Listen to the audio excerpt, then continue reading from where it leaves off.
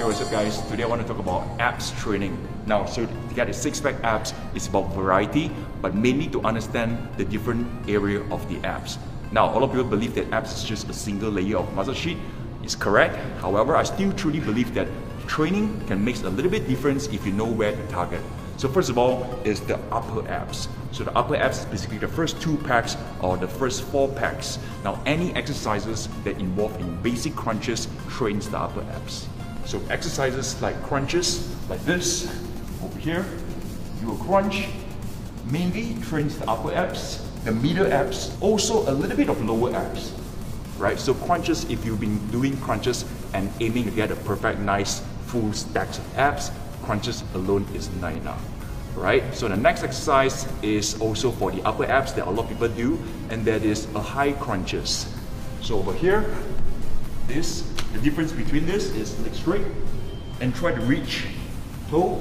Okay, so these 2 exercises for any form of basic crunches or even sit-up trains the upper abs. Now, in my opinion, upper abs, they are very easy to appear visible. It's because the lower abs is the one that hide underneath the belly fat, and the lower abs is very hard to target, especially if you have a very tight hip flexor. So moving on to the next, and that is the lower abs. What exercises that trains the lower abs? And that is reverse crunches. So crunches is like earlier, the exercise. Reverse crunches, however, is the movement is going to be the opposite. Instead of lifting your upper body up, you're going to lift your lower body upward, and this is what we call the reverse crunches. So instead of doing crunches, a reverse crunches will be like this. First of all, make sure your hands give a nice support on the floor and bring your knees up to the ceiling and lift. Now, the common mistakes of this exercise is keeping your legs straight at the end during the recovery phase, just like this. Well, not really a big mistake, however, it's just my personal opinion. If because your leg is really straight at the bottom, it involves in longer level, and this gives more tension to the lower back.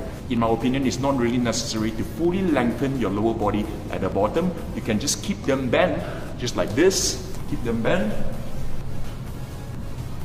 This is good enough. Okay, so the goal here is to push your hip up to the ceiling and recover. Okay, so other than reverse crunches, a knee tuck also trains the lower abs. So knee tuck is just, you gotta stabilize yourself.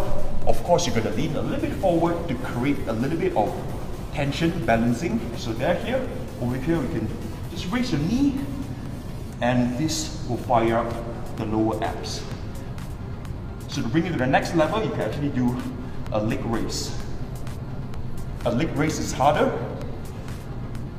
Also more lower back involved. For me, I actually like to do a combination of a knee tuck and a leg raise, just like this.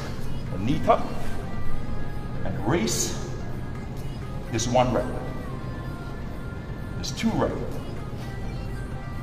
And that's the 3rd rep, and so on. And before I wrap up for the lower abs, another tip for you, and that is your hip flexor. The flexibility of hip flexor is very important. If you have a tight hip flexor, especially if you're working in front of your desk for long hours or having a sedentary lifestyle, probably you have a tight hip. So you have a tight hip, most probably when you do lower abs workout or any hanging leg raises, knee tuck, reverse crunches, your hip flexor, your psoas will take over. So I recommend you to at least stretch your hip before you do abs exercises, or just stretch your hip any time of the day when you need it.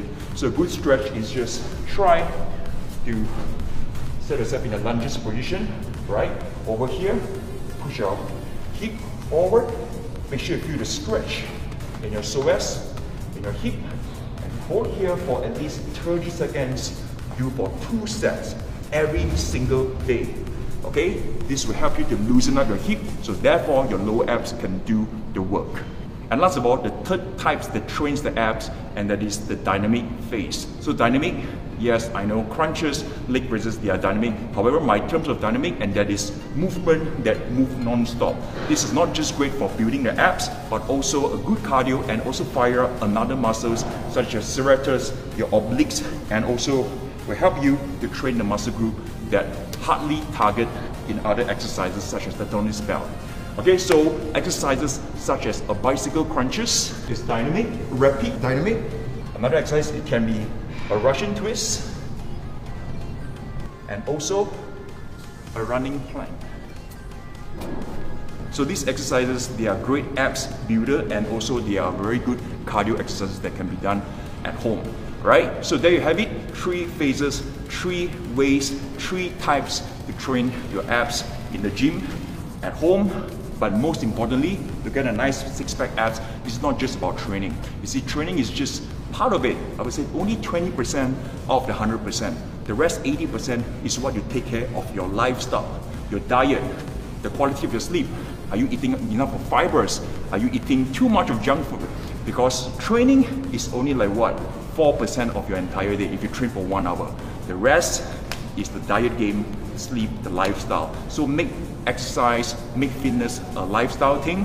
You've been training hard, must well just eat right, cut down the junk food, and over time, if you do all these exercises, also do my other exercises like push-ups, jumping jacks, do weights training, so and so on. This is what gives you a complete nice physique. Alright? Thank you for watching. I hope you learned something today, and I'll see you in the next video. Peace.